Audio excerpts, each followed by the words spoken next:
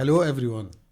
In our journey to learn artificial intelligence in healthcare, we agreed that it is important to learn both the current and the emerging technologies.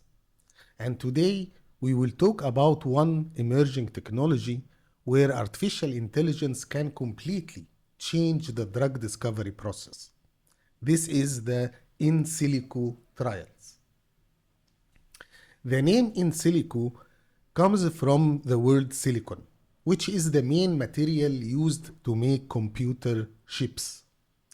And as you know, in medical research, experiments are traditionally described using Latin terms. In vitro, these are the experiments done in the lab or outside a living organism.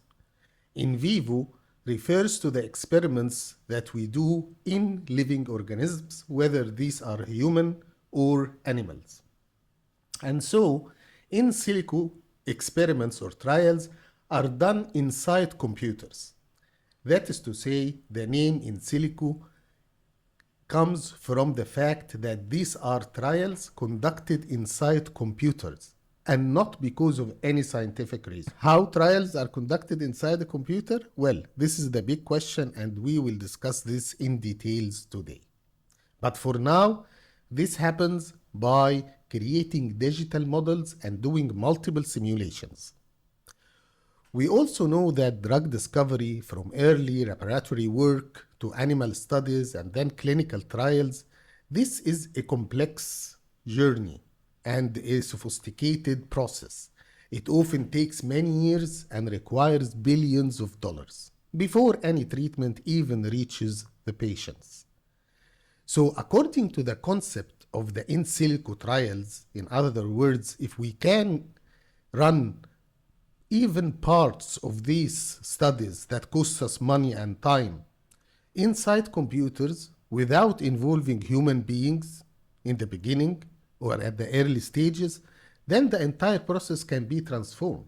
And this approach will have the potential to dramatically reduce both time and cost. And this is exactly what in silico trials are designed to do. They are used to screen thousands of compounds before lab testing. They can be used to predict toxicity and pharmacokinetics.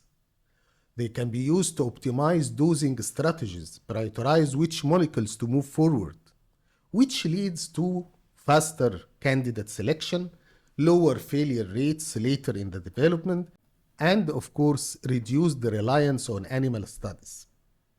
In silico trials are also highly advanced in medical device development. So they are used to test medical devices like heart valves, stents, pacemakers, and so on. But let's wait a second.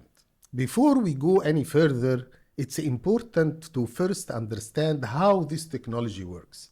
Because for many people, it is not easy to immediately understand or fully trust the idea of running clinical trials in a computer, especially those who have spent many years working in research and development and clinical research. So how in silico trials work? We have 4 simple steps.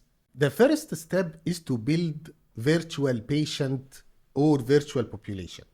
And everything starts with data. Researchers here in the first step will collect large amounts of existing data and information, such as biology and physiology on how the organs naturally work, data on the disease pathogenesis, clinical trial results conducted before, real-world patient data, genetic and demographic information. And then, after collecting all this data, they use it to build digital models. And these models can represent an individual organ, such as the heart or the liver, or a specific disease process, or even an entire human body. Also, the digital model can be a single patient or a whole population. This patient or population will be defined by the particular demographic characteristics based on the data that we gave to the model. That means that these created digital models will behave inside the computer like the digital twin of a human body or a specific organ or an entire population with certain demographics, depending on the data that we gave each model. The second step is also to create another digital model, but this time the new model will represent the drug being tested. This model is also built using data, but this time the data is about how the drug is absorbed, how it moves through the body, how it interacts with different organs or specific receptors, how it is metabolized and eliminated. The third step is to run virtual experiments, and here the computer will do the job using artificial intelligence, algorithms, and machine learning technologies. So the computer performs thousands or even millions of simulations to test different doses, different patient profile, such as age or weight and genetics, varying levels of disease severity, and different treatment durations.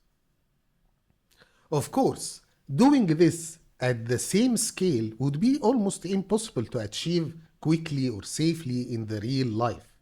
For example, the computer here can explore how the drug might behave in elderly patients with kidney disease.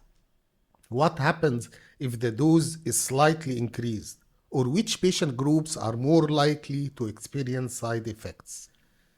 Then we come to the final step, which is step 4. The analysis and conclusions. And here again, the computer will generate answers to the research questions. The system will review the results from all the simulations that were conducted, which allows the researchers to get a clear idea about which doses appear to be the most effective, where the potential safety concerns may arise, which patient groups are likely to benefit the most, and which scenarios are most likely to fail. Then they can take this information and use it to refine protocols of smaller and well-targeted clinical trials.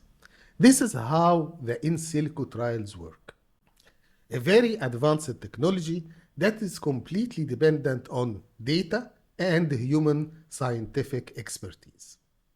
And what makes this technology more interesting is knowing where these in-silico trials are today in terms of implementation. You would be surprised to know that in-silico trials are no longer considered theoretical. They are actively used, but not as full replacements of traditional clinical trials. Their current status can be described as supportive, selective, and expanding. So they are currently being used in mainly 3 areas. 1, drug discovery and early development. And this is where in-silico trials are most mature and widely implemented. The second area is to test medical devices and combination products. And finally, they are now being explored in the area of personalized and precision medicine. What about the position and acceptance of the regulatory authorities, which is, I think, the most important for real-world implementation? Regulatory agencies are not asking anymore if the in-silico trials are useful or not. In fact, they are asking how to validate and standardize them. Current position of major regulatory authorities are positive. For example, the USA FDA accept in-silico evidence as supportive data. The European Medicines Agency encourage digital models in drug development and also accept in-silico data to justify trial design, dosing, and population selection. So, then what is missing or needed to reach the full implementation stage?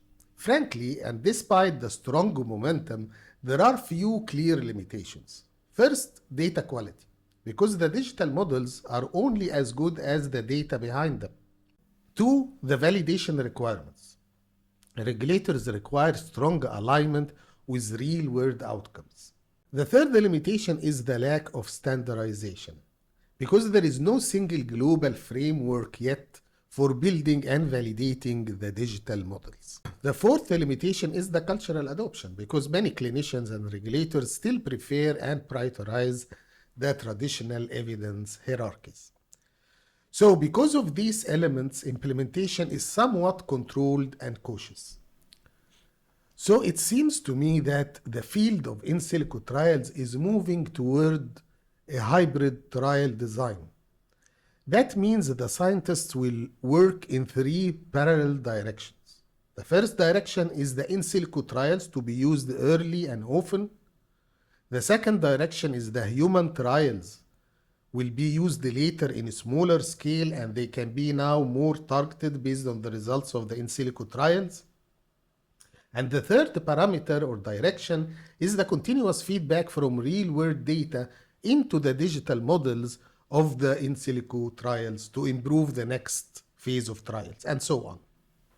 And as the electronic health records, wearables, and real-world evidence grow, in silico trials will become more accurate, more trusted, and more central. So, ladies and gentlemen, today we explored the in silico trials, which are expected to take medical research and also clinical evidence to the second levels. I hope you enjoyed this information, and thank you for joining me. See you next time.